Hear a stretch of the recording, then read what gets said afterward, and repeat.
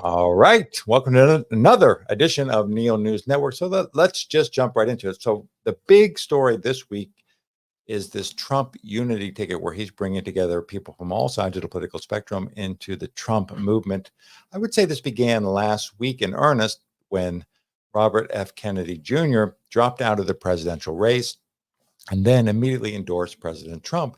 Now, both Kennedy and Trump are very upfront. They're like, hey, we do not agree on everything, but on the stuff we do agree on, which tend to be free speech issues, certain health issues, chronic, fighting chronic disease, and also keeping the United States out of, keeping the United States from spending billions of dollars in foreign wars that don't affect our national security. They said, hey, we agree, we will work together on those issues. Now, speaking of Democrats or former Democrats that have had enough of these foreign wars, a former Democratic Congresswoman, Tulsi Gabbard, also joined in, and she endorsed President Trump the other day. Here she is talking about her service, and then goes into a little bit about why she endorsed Trump. As those of you who were deployed during that time know, it was the height of the war, and sadly, we took many casualties. And every day we were confronted with that high human cost of war and that sadness as we boarded the plane when we left, that we were leaving some of our brothers and sisters behind, only to lose others when we got home to suicide. So I mean what I say when I share with you that I know that President Trump understands the grave responsibility that a president and commander-in-chief bears for every single one of our lives.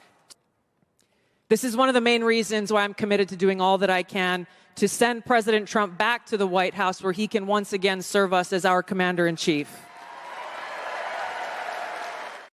All right. Yeah. So that's Tulsi. Now, Tulsi, besides being a veteran herself, and still is a veteran because she serves in the National Guard, but she also was a combat veteran. She did a lot. She devoted a lot of her congressional career and since then to fighting for veterans issues. So I think her endorsement carries weight with veterans. Not only that, so not only does RFK Jr.'s endorsement carry some weight with traditional Democrats who just appreciate the Kennedy family, and then Tulsi for the reason I said. Trump is now adding RFK and Tulsi to his transition team as he recruits supporters across partisan lines. So that's kind of a big deal. And speaking of who he's recruiting, Robert F. Kennedy Jr. posted this on X. He said, it's only the beginning. Wait until you see the next addition to President Trump's unity government. So, so that begs the question, who is it going to be? Now, there are Trump insiders who are saying, yeah, he is right. There are, RFK Jr. is right. There are some big names coming. And I was trying to think, who could it be? Now, there's so many swing states. You only need 1 or 2 points in some states. But here's my little mini list. And there's sort of one shocking one long shot that I'll throw at the end. But here's some likely ones. The people that are running or recently run for president, and all of these have been pushed out off the ballot in many states. That's Jill Stein, Cornel West, and Marianne Williamson, all recently running, have run or running for president. And they all have their own little constituencies. Cornel West has his group. Jill Stein has she's with the Green Party mostly. Marianne Williamson has a lot of suburban white women that love her and also sort of agree with her politically. So between those three, you might get 1 or 2% in a swing state, and that wins you the election. Now, there's also Dean Phillips, who ran against Joe Biden. I don't know. He got 1 or 2% in some states. I don't know if he brings anything. There's people like Joe Manchin, but who cares about them? Also, Dennis Kucinich I'd put in that category. But here's my one long shot, but wee-wah if it happens, and that's John Fetterman. Now, John Fetterman has had it up to here with the woke left. Now, he is himself very left, very much a Democrat. But he was a Joe Biden supporter. He did not appreciate the way she was pushed out. So I don't think he's crazy about Kamala. I know he doesn't like the establishment governor of his state, Josh Shapiro. And he definitely does not have any tolerance for, like I say, the woke left. He definitely doesn't have any tolerance for the anti-Semites that have set up camp in the Democrat Party as part of that pro-Palestinian movement. So would he meet with Trump and say, hey, here's some stuff we agree on. Do we want to work together? Probably not. But if he did, that's a big deal.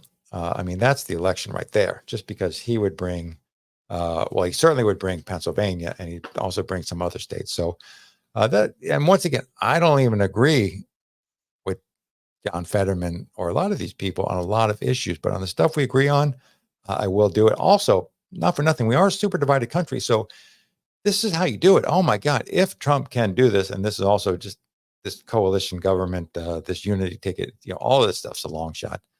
But if he can do it, then yeah, why not work together on stuff we can agree? Now, I do want to say the regular Democratic Party, the Obamas and the Clintons and the Kamala Harrises and the Joe Biden, all these types and the types that hang around them, Gavin Newsom and all these people have been calling people like me, Republicans or Trump supporters, bitter clingers, racists, bigots, homophobes, gun grabbers, deplorables for years. I don't want to have anything to do with them. They are terrible. They are divisive, and I don't trust them at all. But these Tulsi Gabbards and RFK Jr. and all the other people I mentioned, old free speech hippies that are saying, hey, maybe the Democrat Party's gone too far. Certain intellectuals are sort of waking up.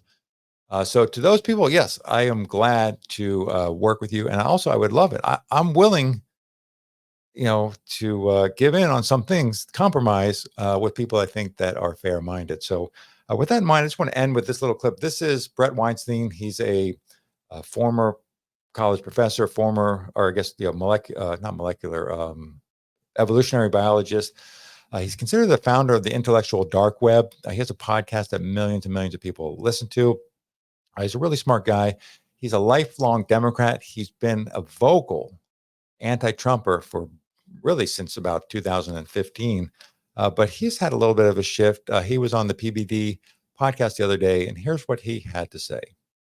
I think the modern Democratic Party is an existential threat to the Republic. And although I am a Democrat, I've been a Democrat my whole life, the party that I see in front of me today is literally the inverse of the party I signed up for. This is now the party of war. This is the party of racism. This is the party of censorship. I don't recognize this party. There is no conceivable scenario in which I would vote for Kamala Harris. I just simply will not do it. Am I open to voting for Trump? I am. I'm especially open to it if he is partnered with Bobby Kennedy, because what that tells me is that my values, which are a much closer match for Bobby's, are represented in that administration. All right. Yeah. So I thought that would be a good little clip to end on.